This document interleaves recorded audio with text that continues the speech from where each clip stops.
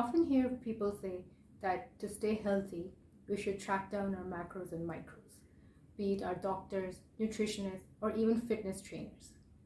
But what exactly are macronutrients and micronutrients, and how do they make our meals nutritious?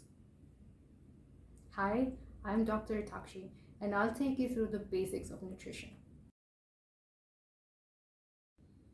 Macronutrients are nutrients that are required in large quantities.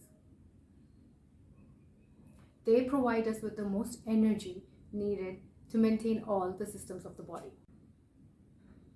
They are the building blocks and make up the most of our total caloric intake, meaning they provide us with the most calories. Macronutrients include carbohydrates, protein, and fats, and also water, as we need a lot of water.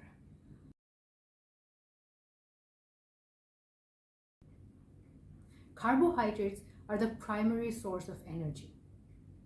They're further divided into categories like sugars, complex sugars or starches, and dietary fiber. Sugar or glucose provides us with fuel to perform our daily activities and for our brain function.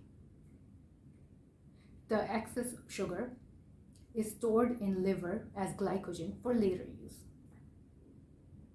Fiber is needed for our gut health, and they get rid of all the toxins through waste. Each 1 gram of carbohydrates provides us with 4 calories. Around 45 to 65% of our calories should come from carbohydrates. Now, what are the sources of carbohydrates? So, carbohydrates are found in whole grains, fruits, vegetables, rice, and even our oats. Next up, proteins. Proteins are essential for building a healthy body. They are made up of 20 amino acids, out of which 9 amino acids are not synthesized in our body and hence are called essential amino acids. They must be obtained from our diet. Proteins contribute to structural cellular tissues, our hormone system, metabolic system, and can even provide energy if required. Just like carbohydrates, 1 gram of protein also provides us with 4 calories. Around 10 to 35% of our calories must be from proteins.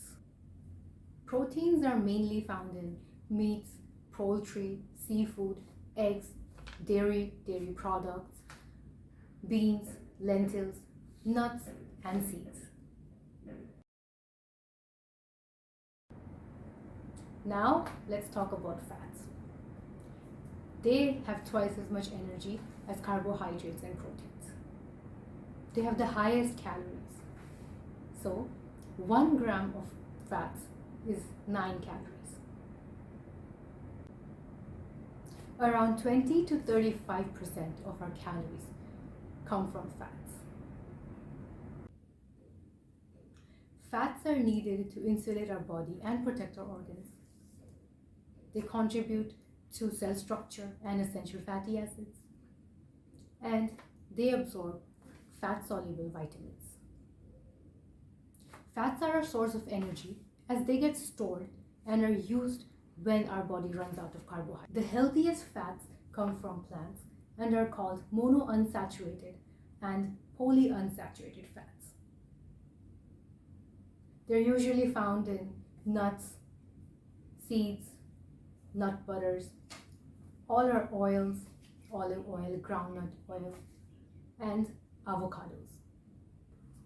Another kind of fat is saturated fat, mainly from animal source, and shouldn't be consumed more than 7 to 10%, as they're associated with bad cholesterol and inflammation. They're found in processed meats, beef, pork, and high-fat dairy products. Lastly, there's also trans fat, which we should avoid at all costs. They are known to decrease our good cholesterol and to increase are bad cholesterol.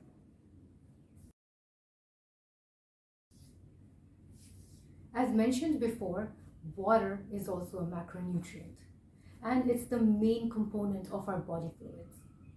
Water has no calories, so it doesn't provide us with any energy, but it plays a major role in our metabolism, in helping eliminate toxins and waste through urine, and most importantly, it distributes nutrients to our cells.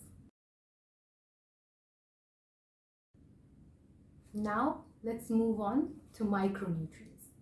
Micronutrients are nutrients needed in smaller amounts, and they're not a source of calories.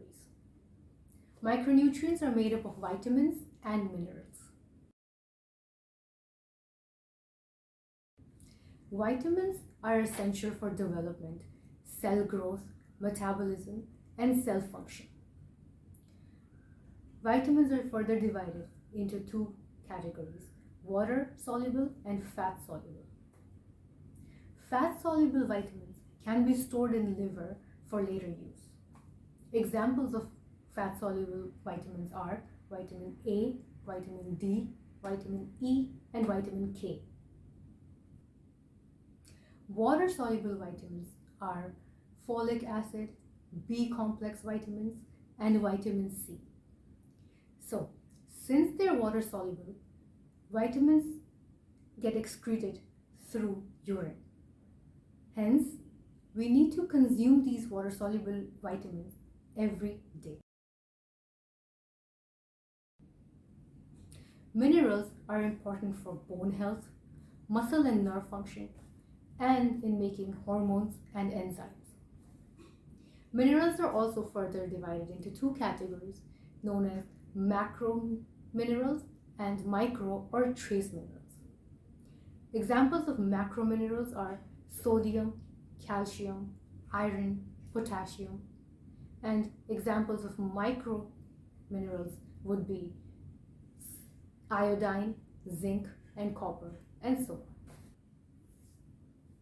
So, to summarize it all, when you track your macros and micros, it helps you ensure that you're eating a balanced and healthy diet. Processed foods will provide you with the required amount of calories and energy, but it contains no micros, which are also equally essential. Eating a well-balanced diet of whole foods, including plenty of vegetables, fruits, whole grains, and a good source of calcium, will provide an adequate amount of macronutrients and micronutrients for optimal health.